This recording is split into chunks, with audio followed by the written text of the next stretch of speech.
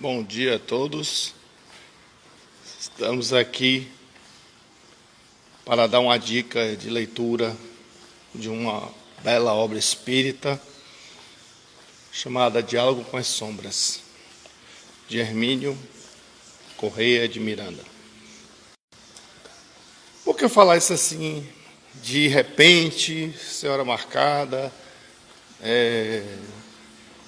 Uma obra que é considerada uma das mais reflexivas, entre tantas, da literatura espírita, principalmente para trabalhadores que estão começando também, estudiosos, e por que não dizer espectadores, afins, que frequentam o centro espírita.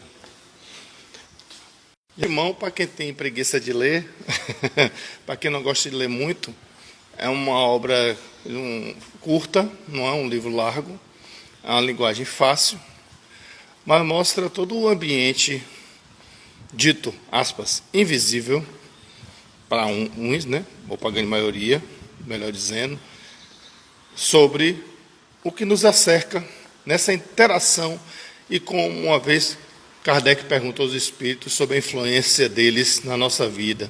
E a resposta foi muito mais do que imaginamos. De forma silenciosa, sutil, inspiradora, influenciadora, às vezes tanto para o bem como para o mal. Mas como está falando aqui de sombras, estamos nos referindo à parte negativa. E, indo direto ao ponto, mostra o quanto nós, trabalhadores da seara, principalmente, sejamos nós expositores, palestrantes, oradores, o nome que quiser dar, trabalhadores da mediúnica, trabalhadores do atendimento fraterno, trabalhadores da recepção, trabalhadores do apoio, da jardinagem, quem quer que seja que trabalhe num centro espírita e ajude nesse processo de trabalho, todos têm a sua importância. Sofremos direto ou indiretamente, de acordo com reações ectoplasmáticas, sensitivas, de pensamento, de acordo com a sintonia daquele momento que estamos vivendo. Essa ou aquela influência, talvez, digamos, mais sutil, mais poderosa. E vou me dar como testemunho aqui de minha experiência pessoal. Eu sempre, parafraseando uma colega minha, que disse uma vez assim, não sei o que eu estou fazendo aqui, eu sou um porta, não vejo, não sinto, não ouço, o que é que eu estou fazendo aqui? Na verdade, de uma maneira geral, ninguém é porta, todos nós temos uma mediunidade, mesmo que não seja dita ostensiva, a gente tem uma influência e recebe influência do plano espiritual. Até porque, da mesma forma que nós temos aqui amigos, inimigos, simpatizantes, desafetos, no mundo espiritual que a gente não enxerga, mas que ficou no passado, mas que influencia no presente, a gente tem toda uma interação. E a depender do que a gente construiu, caminhou, que está esquecido no passado, daí o véu do esquecimento, isso pode influenciar nosso dia a dia. Por que a importância do orar e vigiar, então? Por mais difícil que seja, muitas vezes, parar para meditar, parar para estar se reequilibrando, estar sempre relevando os pensamentos, justamente para não cair nas faixas vibratórias mais inferiores, que dá espaço justamente a esses espíritos que ainda não mudaram de patamar. Ou seja, às vezes você faz o bem, você está em outra sintonia, ou tentando se esforçar para melhorar, mas tem gente querendo atrapalhar. E quando não lhe consegue, faz o quê? Atinge, ou influencia, ou tenta manipular o mais próximo. Às vezes o esposo, a esposa, o namorado, namorada, o amigo, irmão, que independente da religião, não tem religião nenhuma, ou não está nem aí para nada, ou está, mas de repente está numa condição mais invigilante, tenta ali desestabilizar. E a obra Diálogo com as Sombras, de Hermínio Miranda, ele mostra justamente isso. o quão influencia na nossa vida a psicologia, no seu sentido mais engessante do progresso, que é o carro-chefe nosso, o orgulho, que se disfarça muitas vezes de vaidade, prepotência, indiferença, de orgulho, propriamente dito, narcisismo de toda ordem, presunção, em muitas facetas que o orgulho se disfarça. E o que isso tem a ver com o trabalho do médium ou o trabalhador espírita, de qualquer papel que ele tenha no centro espírita? E como isso chega, essa influência, em casa? O livro, essa dica de leitura que eu estou trazendo, é muito legal. Diálogo com as Sombras, de Hermínio Miranda. Porque ele mostra que, às vezes, você chega no centro espírita e, às vezes, vamos partir da premissa que a gente vai encontrar, claro, um trabalhador preparado, amoroso, bem receptivo. Mas ele tem um mundo ali dentro dele também, que parte ele consegue controlar, outra parte não. E cabe aí uma supervisão. A gente não fala muito em hierarquia, não gosto de falar sobre hierarquia, essa é coisa de empresa, pública ou privada. A hierarquia no centro espírita é mais moral ou delegacionária do que necessariamente poder. Então, há uma supervisão das equipes para ver quem está bem, quem não está bem. Mas pode haver falhas. E uma coisa que o livro traz muito legal, de uma forma sintética, é que muitas vezes a gente que é trabalhador ouve assim dizer: você é espírita, como se a gente fosse um ser perfeito, que não pudesse xingar, não pudesse ter momentos de extravasar, de desabafo, tivesse momentos de instabilidade, momentos mesmo de dizer, vai no estádio de futebol ou qualquer outro esporte e diz assim, PQP, raiva, ódio, ou não vou poder falar os palavrões aqui, se bem que o palavrão também já está provado que é uma forma também de liberar uma carga que fica presa, nem que você vá num lugar aberto e descarregue. Se você não tem o coração cheio daquilo, é só um momento de desabafo ou de descontração, desde que não ofenda ninguém, não tem problema nenhum. Às vezes o politicamente correto de hoje é que está nos engessando. A gente tem que pisar em ovos. Então a gente tem que também viver um pouco nossa essência, ter uma vontade de sozinho gritar, desabafar. Mas voltando aqui para o livro Diálogo com as Sombras, de Hermínio Miranda. Um trabalho do espírita, um médium, que em todas as religiões, o ser humano é médium. Mas quando a gente fala médium, aquele trabalhador que está ali colaborando, ele também tem suas imperfeições. Ele também tem seus dias. Tem suas relações conjugais, filiais, paternais. E não se deve se exigir, se cobrar perfeição. Até porque nós, seres humanos, estamos ainda num nível bem doentio, e que faz ainda o planeta doente.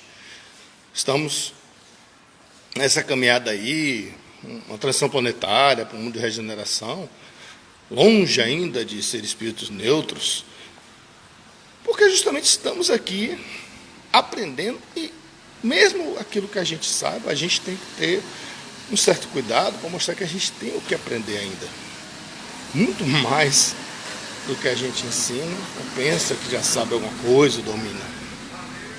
Então, o Diálogo com as Sombras, ele traz essa coisa da vigilância permanente. No caso do centro espírita, ainda tem um agravante aí direcionado a nós. Eu já trabalhei com passe, hoje eu estou mais nas palestras, agora nesse momento mais ainda home office, exposições virtuais e vários amigos também. A gente também está sujeito às coisas da pandemia.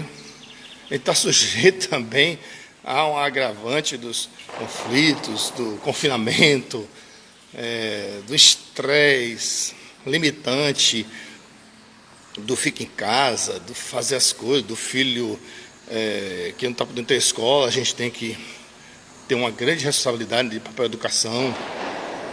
E muitas vezes, aí de novo direcionado aos trabalhadores espíritas, que é o foco do livro. Quando eles não conseguem nos desestabilizar, eles procuram desestabilizar quem está mais próximo da gente. Muitas vezes aquela pessoa que a gente gosta, que a gente quer proteger, para, talvez de alguma forma, isso eu estou falando porque existem sim as legiões do mal, as legiões do bem, essa guerra astral, podemos dizer assim, como até o Raul Seixas cantou na música Trem das Sete, de braços e abraços, um romance astral. Faz parte da nossa essência o bem e o mal, a dualidade, o positivo e o negativo, o certo e errado.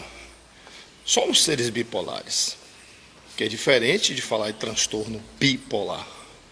Então estamos sujeitos a um bombardeio, muitas vezes invisível, estamos sujeitos a essa manipulação de quem está próximo da gente, principalmente se for médium, tiver a mediunidade ostensiva não trabalhada e que vira objeto de manipulação daqueles que do plano invisível sabem que são médios.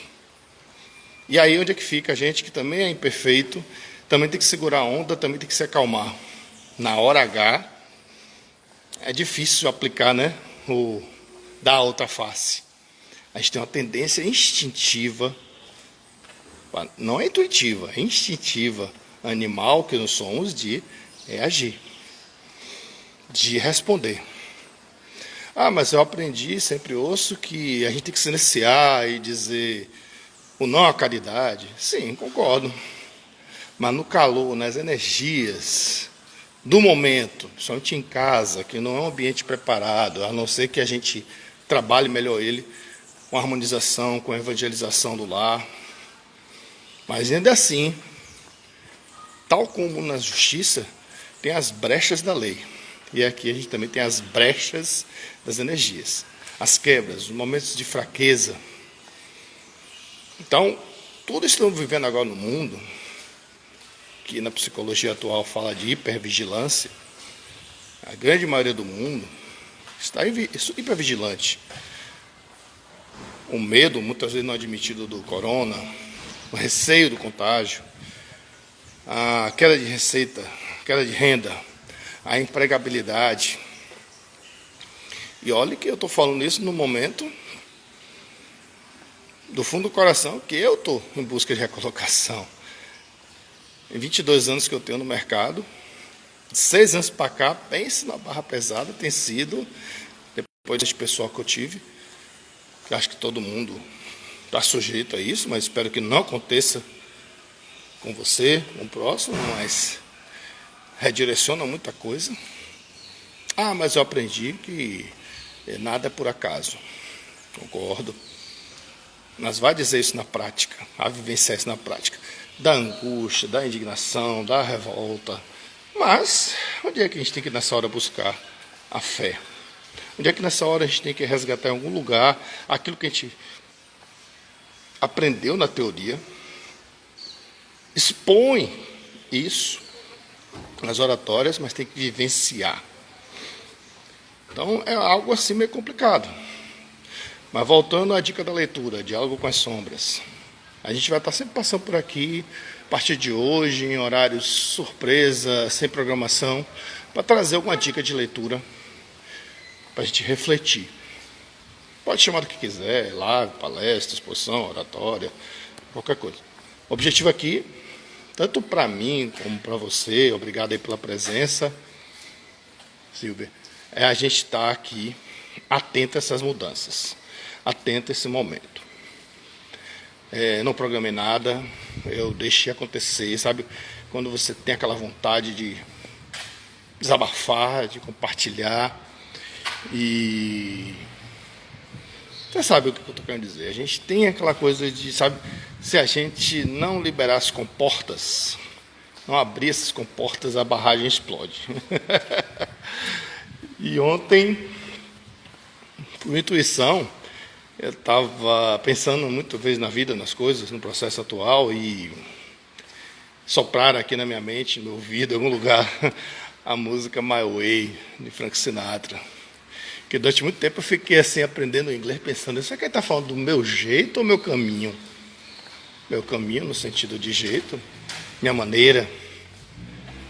E traduzindo para o português a passagem que ele fala assim, I face it all, I stole it all. Eu encarei tudo e me mantive firme. E a gente muitas vezes pensa assim, poxa, mas a gente tem que ser uma rocha nesse mundo que tenta nos abalar o tempo todo, nos testar. A gente aprende muito assim, sabe? A gente fala paciência, mas tem momentos que nossa paciência é testada. A gente fala que não é ciumento, mas o ciúme é testado. A gente tenta falar de hipocrisia e não tenta ser hipócrita. A gente é testado o tempo todo. Não por Deus, nem pelos anjos, nem por ninguém, não, pela lei da vida mesmo, do cosmos universal. Então esse momento assim, podemos chamar de live desabafo, live compartilhamento, live momento, que eu usei aqui como pano de fundo de leitura, é para me lembrar e compartilhar essa lembrança de que, espíritas ou não, a gente está aqui o tempo todo nesse diálogo com as sombras.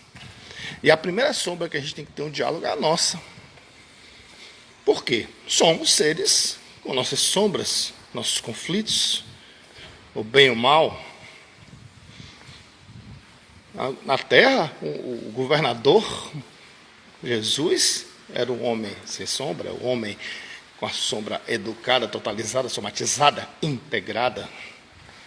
E nós aqui, que tentamos segui-lo, somos seres com sombras. E nesse processo de interação, que seguimos o exemplo dele, que ele dizia lá no passado recente, há 2000 anos, que na escala cósmica, planetária, isso não é nada, há 2000 anos atrás. Para a escala planetária, isso é uma questão de dias ou horas. Brincadeira. Então a gente tenta trazer essa reflexão de que o ranger de dentes que haveria, a trave e o argueiro, o da outra face, que a mão esquerda não sabe o que faz a direita, fazer o bem, olhar aqui, entre outras tantas passagens, reflexões, parábolas que ele trouxe, trazendo para a atualidade. Como é edificante pensar nisso, lembrar disso. Mas, enfim, o trabalhador espírita, presidente do centro, recepção, atendimento fraterno, trabalhador mediúnico, evangelizador, palestrante, convidado da casa, todos nós estamos em constante diálogo com as sombras. Orar e vigiar é para estar sempre firme. Vamos cair em tentação, mas a gente pede, não nos deixeis. Porque a oração tem que ser constante e diária, porque faz parte, ninguém cai porque quer. Uma vez, depois de uma palestra sobre algum tema lá que eu me esqueci agora, sobre a questão de se culpar, acertar, errar, uma espectadora veio até mim e perguntou, mas quando você fala de errar, tentar superar, você não está, de certa forma, estimulando o erro, não? E eu perguntei para ela, mas quem é que tem interesse em errar? Quem é que sai de casa de manhã dizendo, vou errar? Agora, a gente tem que se lembrar também, aí eu já vou antecipar uma dica de outro livro, que eu posso falar outro dia com mais calma, Educando com a Mediunidade. Acho que é o próprio Hermínio de Miranda também, se não me engano, não falha a memória. E que mostra que 70% dos nossos relacionamentos são provacionais. Por quê? São objetos de paixão, de amor, de ajustes. Sexo material não é aquele sexo das almas, é um momento efêmero, que de quebra também, claro, tem um processo reprodutivo, que gera todo estresse. Por quê? São um aparar de arestas. E nesses aparar de arestas tem muita divergência, muita briga, acaba tendo muitas vezes, infelizmente, o feminicídio. Particularmente eu não gosto desse termo. A justiça tem as razões dela, mas realmente para contrapor ao homicídio, o homem é de humano, não é de homem nem mulher. Mas aí agora criaram esse direcionamento aí, porque claro, aí leva em consideração o ódio, a raiva, por ser mulher que justifica, se aproveita da superioridade física, o ato de covardia que justificou aí a Lei Maria da Penha, que é um absurdo, tem que acabar com isso, mas isso passa por um crivo de educação na base. Estar atento aos filhos, observar essa brincadeira, menino, menina, essas coisas de estar junto misturado também. Claro que tem brincadeiras que muitas vezes predomina a questão da menina, mas nada impede que o menino brinque também. E brincadeiras de menino, que a menina pode brincar também, exemplo, futebol. Está aí o futebol feminino para dizer isso, né? Mas a gente já rotula dizendo, tá jogando futebol masculino, aí tá jogando coisa de homem, aí então aquela ali já mete a questão da sexualidade no meio. Ou seja, é um processo complexo, educativo, que cai de novo no diálogo com as sombras, no pensamento do médium, no pensamento do trabalhador, em geral. Como é que ele chega disposto para o centro, se ele está legal. Ele é o primeiro a dizer assim, não estou me sentindo bem hoje, não vou. O centro tem que prever um substituto, tem que prever uma reserva, não que você seja um reserva, mas tem que prever as possibilidades. Bom dia, estou aqui de surpresa. Um tema intuitivo aqui que veio, Diálogo com as Sombras, de Hermínio Miranda. Já descambei para Educando com a Mediunidade, em que 70% dos relacionamentos são provacionais, aquela questão que a gente chama muitas vezes de alma gêmea, dos sexos enquanto gênero afins, que vêm se juntar para uma causa nobre, maior que eles dois, onde questões mais materialistas ficam de terceiro plano. É 5%. Tem uns outros 5, 10 que é missionário, não sei os números agora, mas 70% é provacional. Então a gente vai amar, vai se apaixonar, vai cair, vai levantar, mas ainda justifica um alto número de separações, divórcios, porque a fila anda, a vida continua. Uma vez eu vi um grande palestrante perguntar para o público o que quer dizer até que a morte separe. Que aconteça o feminicídio. Naquela época não se falava desse termo, mas acaba na violência. Tem violência contra o homem também, mas, claro, menor quantidade. Mas a gente tem que, primeiro, se valorizar, se valorar. O Fábio Júnior aí não dizem que casou 7 vezes? Está errado ele? Quem somos nós para julgar? Ele tentou, viveu, aconteceu, muitas emoções eu vivi, como diz Roberto Carlos. Se for 100 vezes, que seja 100 buscando ser feliz e respeitando o outro, justificando sua missão individual em cada um e recebendo também aprendizado. Carlinhos Brown, uma vez, deu uma entrevista e disse que cada namorada preparou ele para a próxima.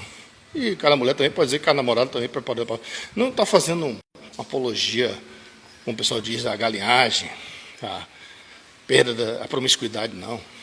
Todo mundo tenta ser feliz, ter uma relação séria. E vamos que vamos. Mas